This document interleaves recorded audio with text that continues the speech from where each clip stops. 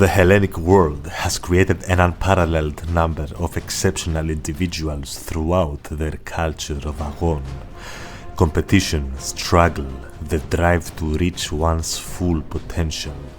But what made the Greeks brilliant and unique? To answer this, we must go back to 1200 BC. The sophisticated Bronze Age world system, built over centuries, suddenly fractured within just a few generations.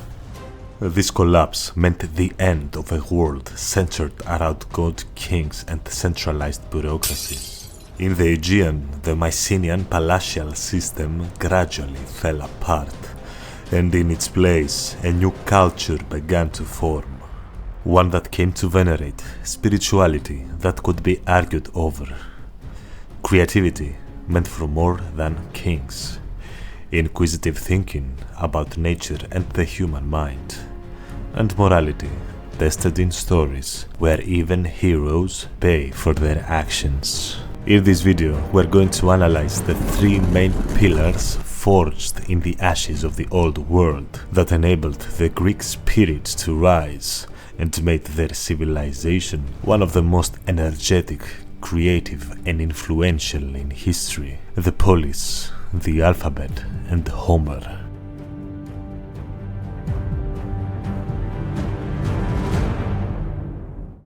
The polis was the ultimate social and political unit of Greek civilization, which emerged out of the long and difficult centuries after the Bronze Age collapse.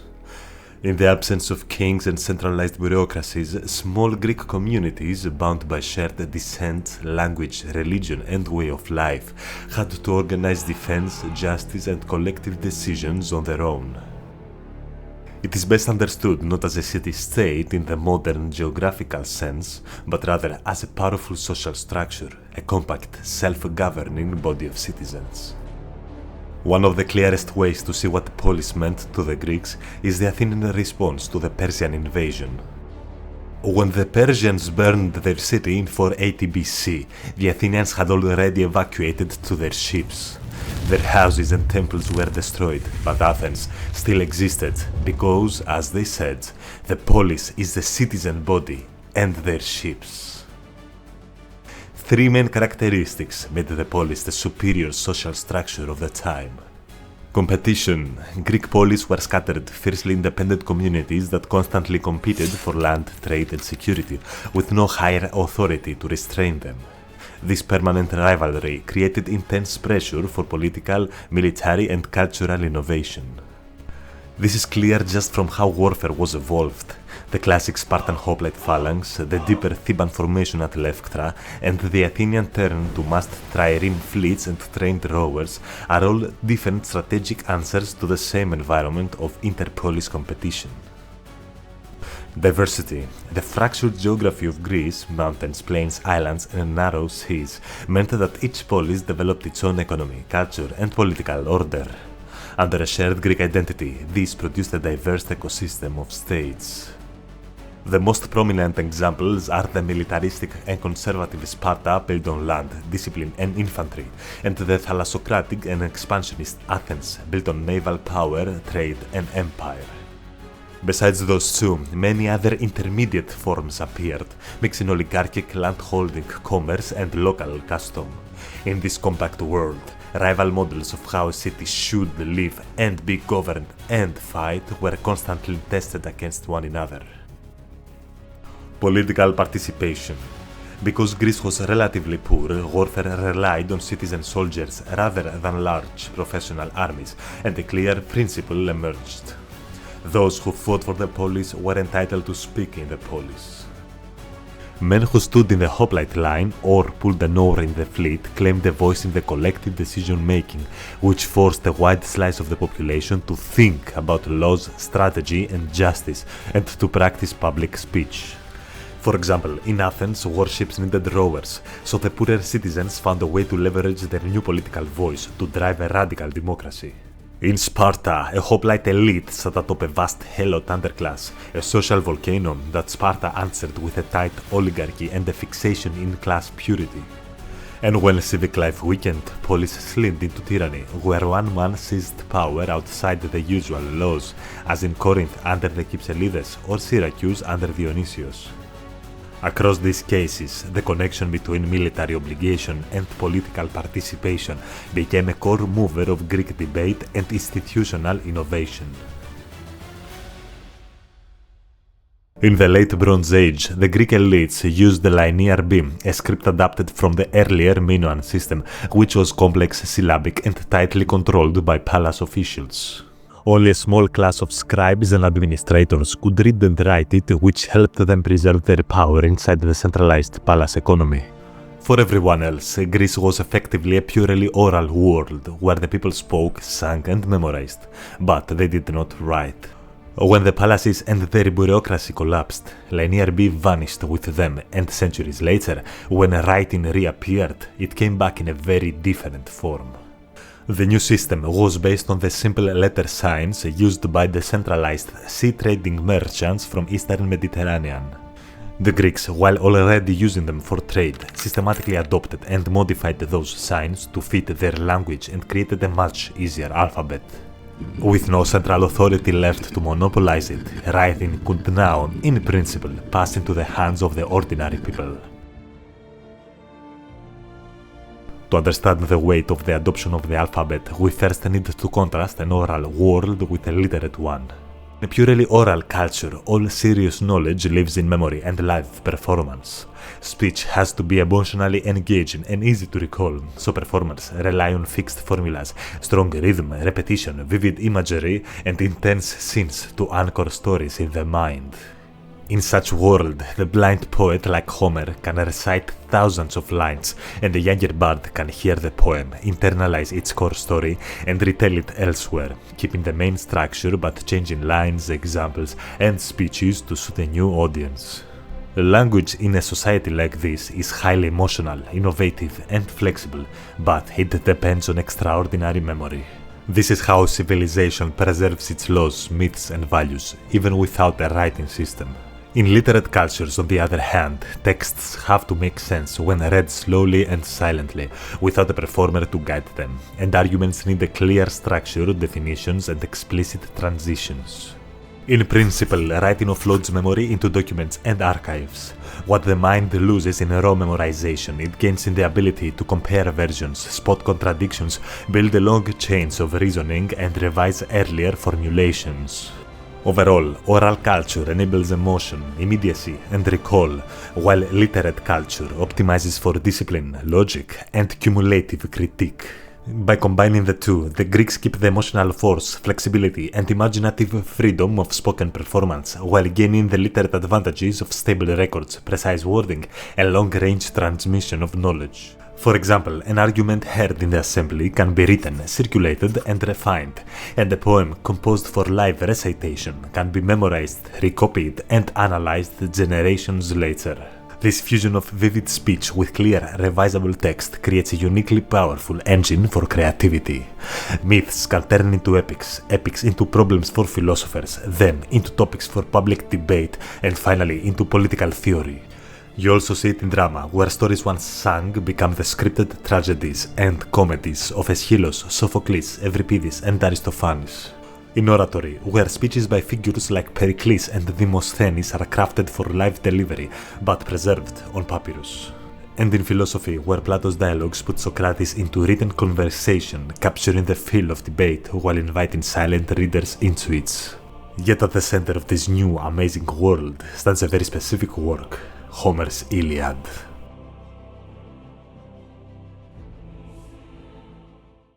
To understand what Homer is doing in the Iliad, we have to understand two Greek words whose weight is hard to capture in modern languages, thymos and minis.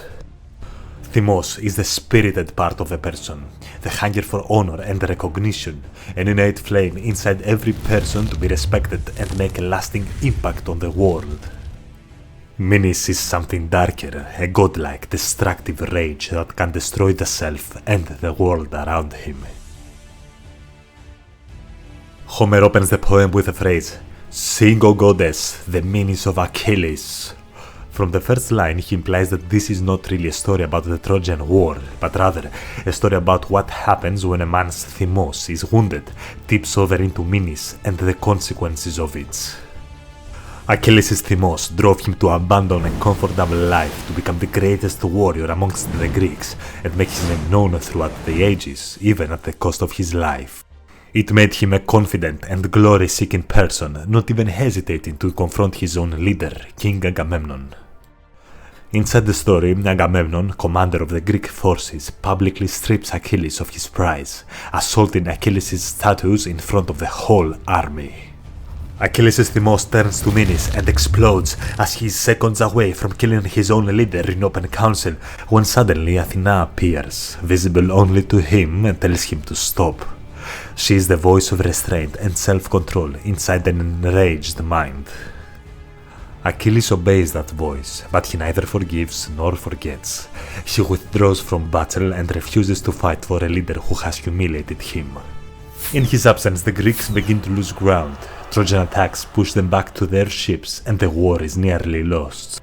Agamemnon understands his mistake and responds with apologies and treasure, and he even offers his daughter for marriage. But Achilles refuses, because for him the restoration of his honor is not a matter of gifts. However, his closest companion, Patroclus, cannot bear to watch his comrades die.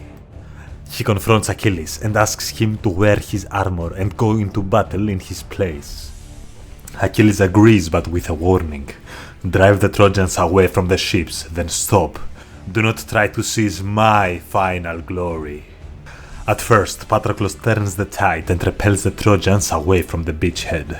But then, he gets carried away by success. He pushes too far and finds himself under the walls of Troy, facing Hector, the prince and the greatest warrior of the city. In that duel, Patroclus falls, and the consequences of Achilles' rage begin to come back to him in the worst possible form. Now Achilles' rage twists. Grief hits first and then hardens into a new menace, directed at Hector this time. He returns furious into battle and demands a duel with Hector, who, due to his own thymos, is compelled to answer the call, accepting his fate with honor. Achilles not only slaughters Hector, but then, blinded by his menace, he crosses a boundary even his comrades find horrifying. He ties Hector's body to his chariot and drags it in the dust, day after day, in front of Troy. He hopes that his pain will be relieved through the punishment of Hector. And yet, that doesn't work, and he cannot eat, he cannot sleep. His menace has burned through everything and left him empty, suffering with guilt and remorse and with no way out. Deep into his heart, he knew that Hector didn't lead Patroclus to his death. He did. He is the one to blame. He knows that in his refusal to fight, his lending of his armor, his obsession with personal honor and glory, all had led to the death of his best friend. In reality, he blamed himself, and his suffering was without an end. Inside Troy, Hector's father Priam watches as his son's body circles the walls, dishonored and unburied. His soul cannot properly enter the realm of the dead and find peace. One night, Priam slips into the Greek camp through a hidden passage with Hermes as his guide. He passes the guards and enters Achilles' hut and walks up to the man who killed his son. At the moment, Achilles was unaware of his presence and Priam could kill him at any point. Instead of taking his life, an eye for an eye, he does something that reshapes the morality of the world. Priam walks up to Achilles, kneels and takes his hands and kisses them. What you did to my son, someone will do to you. What I feel today, your father may feel tomorrow. Pity me, and in that pity, recognize yourself. The effect is immediate. Priam looks at Achilles and sees another doomed son. Achilles looks at Priam and sees his own father, and in Hector's ruined body he suddenly sees his own future. The armor of Menes cracks. They both weep, Priam for Hector and Achilles for Patroclus, for his father and for the person his meanness has turned him into. In that moment, Priam achieves the impossible. He does not defeat Achilles by spear or stratagem, but by forcing him to recognize himself in his enemy's grief. By forgiving the man who has done the unforgivable, he makes it possible for Achilles to forgive himself and end his torture. Achilles lifts Priam up, returns Hector's body, and orders a truce for the funeral. The Iliad ends not with the fall of Troy, nor the end of the war, but with a burial and a fragile peace between two enemies who chose empathy over vengeance. Put together, these three pillars, polis, alphabet, and Homer, explain why Greek civilization was not just brilliant for a moment, but the most creative civilization in history. The polis creates a world where ordinary men must think about justice, argue about laws, and take responsibility for collective decisions. The alphabet gives this argumentative culture a memory outside the brain so that questions can be refined instead of forgotten and thought can become cumulative. And Homer plants an even deeper seed. Anything that kills your capacity to love, even an enemy, has already beaten you. Anything that closes your heart to another man's pain also blinds you to the truth about yourself. Refusing to forgive chains you to the very wounds you wish to avenge. And from that seed, Western civilization sprouts, and centuries later, a quiet voice, another teacher, shares the same message for the whole world to hear. Love thy enemies.